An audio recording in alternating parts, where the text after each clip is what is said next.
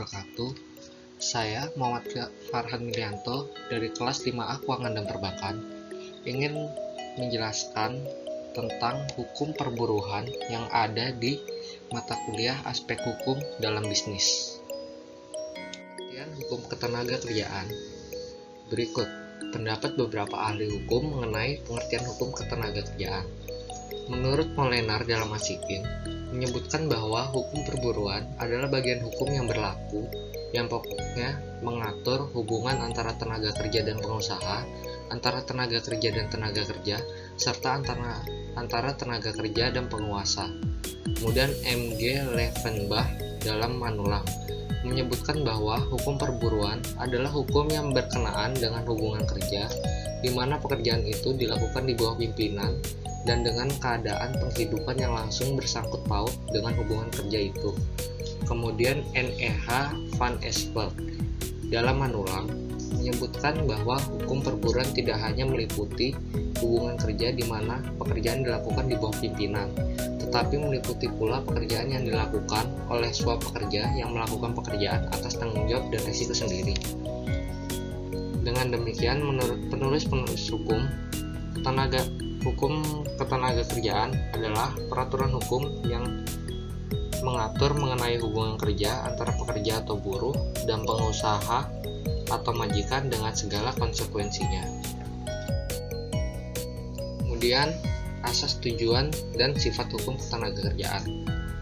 Menurut pasal 3 Undang-Undang Nomor 13 Tahun 2003 menegaskan bahwa pembangunan ketenagakerjaan diselenggarakan atas asas keterpaduan melalui koordinasi fungsional lintas sektoral pusat dan daerah. Asas pembangunan ketenagakerjaan pada dasarnya sesuai dengan asas pembangunan nasional, khususnya asas demokrasi dan asas adil dan merata. Kemudian tujuan hukum ketenagakerjaan. Menurut Manulang, tujuan hukum ketenagakerjaan ialah untuk mencapai atau melaksanakan keadilan sosial dalam bidang ketenagakerjaan dan untuk melindungi tenaga kerja terhadap kekuasaan yang tidak terbatas dari pengusaha. Berdasarkan pasal 4 Undang-Undang Nomor 13 Tahun 2003 bahwa pembangunan ketenagakerjaan bertujuan yang pertama, memberdayakan dan mendayagunakan tenaga kerja secara optimal dan manusiawi. Yang kedua, mewujudkan pemerataan kesempatan kerja dan penyediaan tenaga kerja yang dengan kebutuhan pembangunan nasional dan daerah. Yang ketiga, memberikan perlindungan kepada tenaga kerja dan mewujudkan kesejahteraan. Yang keempat, meningkatkan kesejahteraan tenaga kerja dan keluarganya. Kemudian sifat hukum ketenagakerjaan adalah hukum ketenagakerjaan bersifat privat. Kemudian hukum ketenagakerjaan bersifat publik, kemudian bersifat imperatif dan bersifat fakultatif. Aturan operasional hukum ketenagakerjaan. Masa sebelum bekerja, yaitu pre-employment, yaitu masalah pengadaan tenaga kerja yang meliputi pengaturan lowongan kerja, pengerahan dan penempatan tenaga kerja merupakan hal penting dalam upaya pemenuhan kebutuhan tenaga kerja. Mengingat pentingnya hal tersebut, beberapa peraturan telah ditetapkan antara lain Undang-Undang Nomor 13 Tahun 2003 tentang Ketenagakerjaan dan Keputusan Presiden Nomor 4 Tahun 1980 tentang wajib lapor lowongan pekerjaan. Kemudian masa selama bekerja, during employment, yaitu masa selama hubungan kerja. Masa ini merupakan substansi dari hukum ketenagakerjaan. Pemerintah campur tangan dan mengatur selama hubungan kerja berlangsung. Melalui langkah inilah semua pihak dapat dilindungi secara adil agar tercapai ketenangan kerja dan kelangsungan berusaha. Hal ini juga diatur di dalam beberapa ketentuan, antara lain Undang-Undang Nomor 13 Tahun 2003 tentang Ketenagakerjaan dan Undang-Undang Nomor 1 Tahun 1970 tentang Keselamatan Kerja. Kemudian masa setelah bekerja, post employment. Setelah hubungan kerja juga perlu perhatian seksama sehingga tenaga kerja tetap mendapatkan perlindungan sesuai keadilan. Permasalahan seperti sakit berkepanjangan, hari tua, pensiun, tunjangan kematian, dan sebagainya tidak dapat diabaikan begitu saja.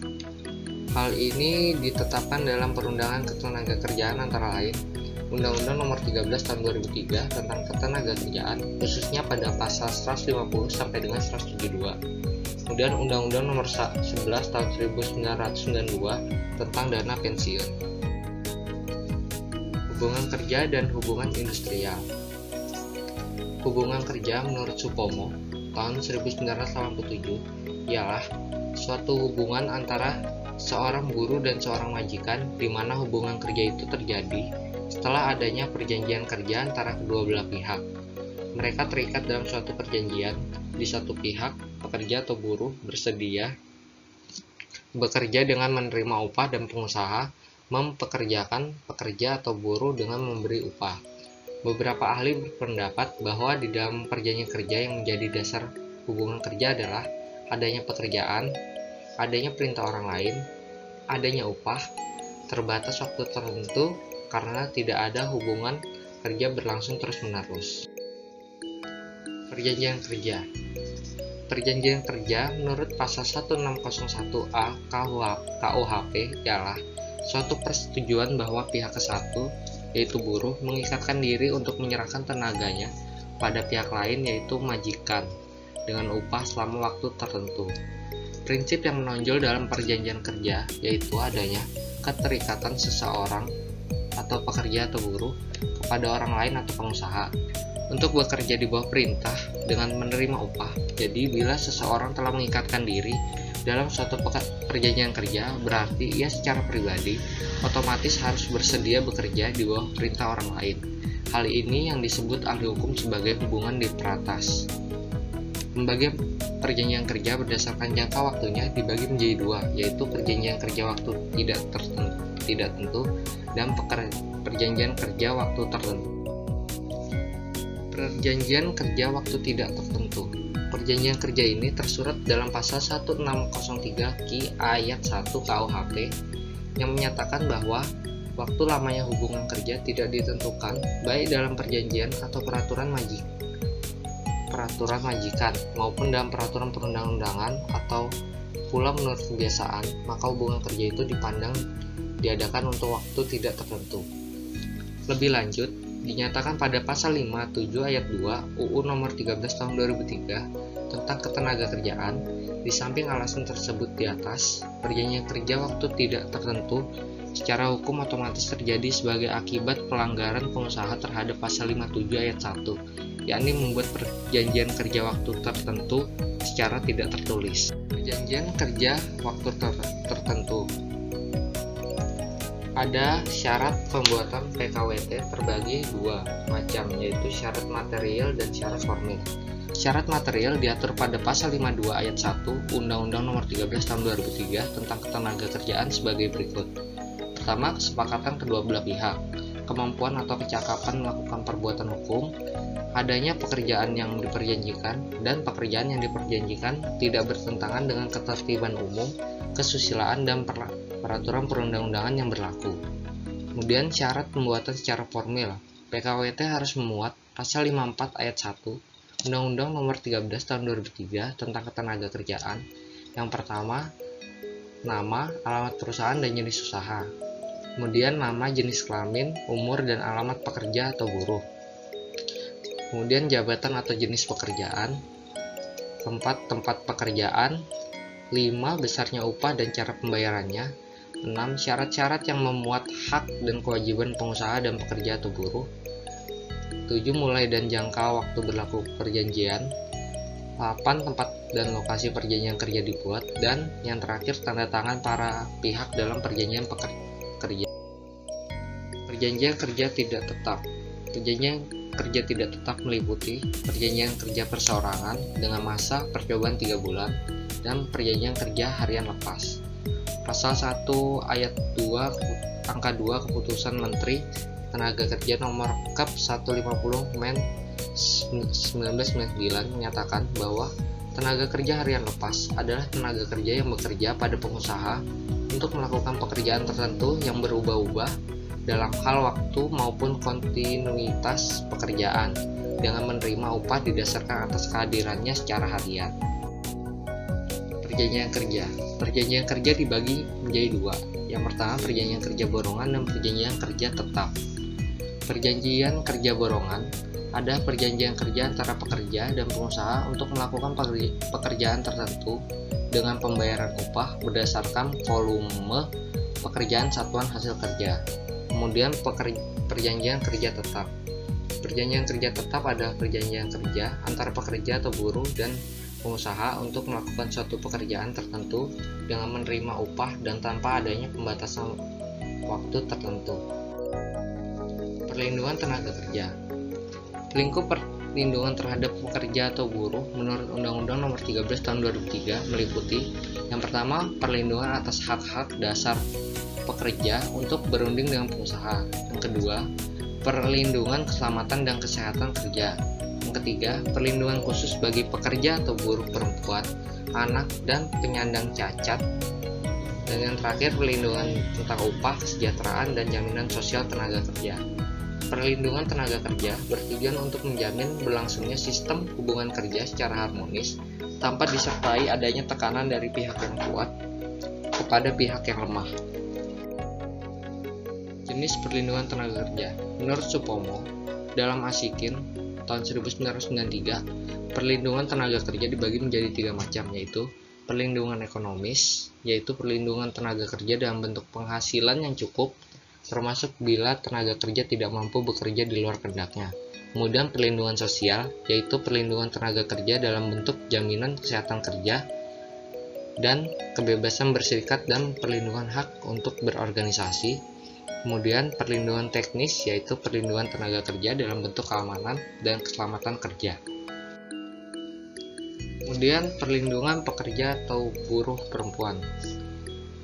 Pengusaha dilarang mempekerjakan antara pukul 11 malam sampai dengan 7 pagi terhadap pekerja atau buruh perempuan yang berumur kurang dari 18 tahun. Ini ada di dalam pasal 76 ayat 1. Kemudian pengusaha dilarang mempekerjakan pekerja atau buruh perempuan yang sedang hamil yang menurut keterangan dokter berbahaya bagi kesehatan dan keselamatan kandungannya maupun dirinya apabila bekerja antara pukul 23 sampai dengan 7 pagi. Kemudian pengusaha yang mempekerjakan pekerja atau buruh perempuan antara pukul 11 sampai dengan 7 wajib memberikan makanan dan minuman bergizi dan menjaga kesusilaan dan keamanan selama di tempat kerja. Kemudian, pengusaha wajib menyediakan angkutan antar jemput bagi pekerja atau buruh perempuan yang berangkat dan pulang bekerja antara pukul 23 sampai dengan 5 pagi. Perlindungan tenaga kerja terhadap perlindungan anak. Perlindungan anak. Pengusaha dilarang mempekerjakan anak. Ini terdapat pada pasal 68. Pengertian anak sendiri adalah setiap orang yang berumur di bawah 18 tahun. Ketentuan pasal 68 dapat dikecualikan bagi anak berumur antara 13 tahun sampai dengan 15 tahun untuk melakukan pekerjaan ringan sepanjang tidak mengganggu perkembangan dan kesehatan fisik, mental, dan sosial. Pengusaha yang mempekerjakan anak pada pekerjaan ringan harus memenuhi persyaratan pada pasal 69 ayat 2. Dalam hal anak dipekerjakan bersama-sama pekerja atau buruh dewasa, maka tempat kerja anak harus dipisahkan dari tempat kerja pekerja atau buruh dewasa. Ini terdapat dalam pasal 72. Perlindungan tenaga kerja untuk penyandang cacat. Pengusaha yang mempekerjakan tenaga kerja penyandang cacat wajib memberikan perlindungan sesuai dengan jenis dan derajat kecacatannya. Pasal 67 ayat 1 Undang-Undang Nomor 13 Tahun 2003. Bentuk perlindungan tersebut seperti penyediaan aksesibilitas, pemberian alat kerja, dan alat pelindung diri. Program Jaminan Sosial Tenaga Kerja. Pengertian jaminan sosial tenaga kerja atau JAMSOSTEK adalah suatu perlindungan bagi tenaga kerja dalam bentuk santunan berupa uang sebagai pengganti sebagian dari penghasilan yang hilang atau berkurang dan pelayanan sebagai akibat peristiwa atau keadaan yang dialami oleh tenaga kerja berupa kecelakaan kerja, sakit, hamil, bersalin, hari tua, dan meninggal dunia. Mengingat pentingnya program jaminan dalam menjalankan fungsi perlindungan sosial dan ekonomis, maka program yang semula hanya mencakup 3 jenis ditingkatkan menjadi 4 jenis, sejalan dengan dikeluarkannya Undang-Undang Nomor 3 Tahun 1992 tentang Jam Sostek. Perlindungan upah. Perlindungan upah dibagi menjadi dua. Yang pertama, upah minimum dan upah lembur. Sesuai pasal 1 ayat 1 Peraturan Menteri Tenaga Kerja tentang upah minimum, pengertian upah minimum adalah upah bulanan terendah yang terdiri dari upah pokok termasuk tunjangan tetap. Jangkauan wilayah berlakunya upah minimum meliputi upah minimum provinsi yang berlaku di seluruh kabupaten atau kota dalam satu wilayah provinsi, dan yang kedua upah minimum kabupaten atau kota atau UMK berlaku dalam satu wilayah kabupaten atau kota. Perlindungan upah lembur. Pengertian upah lembur sendiri adalah upah yang diberikan oleh pengusaha sebagai imbalan kepada pekerja karena telah melakukan pekerjaan atas permintaan pengusaha yang melebihi dari jam dan hari kerja, atau pada hari istirahat mingguan, hari-hari besar yang telah ditetapkan pemerintah. Pemutusan hubungan kerja. Pasal 1 angka 25 UU nomor 13 tahun 2003 tentang ketenagakerjaan disebutkan bahwa pemutusan hubungan kerja atau PHK adalah pengakhiran hubungan kerja karena suatu hal tertentu yang mengakibatkan berakhirnya hak dan kewajiban antara pekerja atau buruh dan pengusaha. PHK secara teoritis terbagi dalam 4 macam, yaitu PHK demi hukum ialah PHK yang terjadi dengan sendirinya secara hukum. Kemudian PHK oleh pengadilan ialah tindakan PHK karena adanya putusan hakim pengadilan. Dalam hal ini salah satu pihak mengajukan pembatalan perjanjian kepada pengadilan. Kemudian PHK oleh pekerja atau buruh ialah PHK yang timbul karena kehendak pekerja atau buruh secara murni tanpa adanya rekayasa pihak lain. Dan kemudian PHK oleh pengusaha ialah PHK di mana kehendak atau prakarsanya berasal dari pengusaha. Sekian dan terima kasih. Kurang lebihnya mohon maaf. Saya akhiri. Wassalamualaikum warahmatullahi wabarakatuh.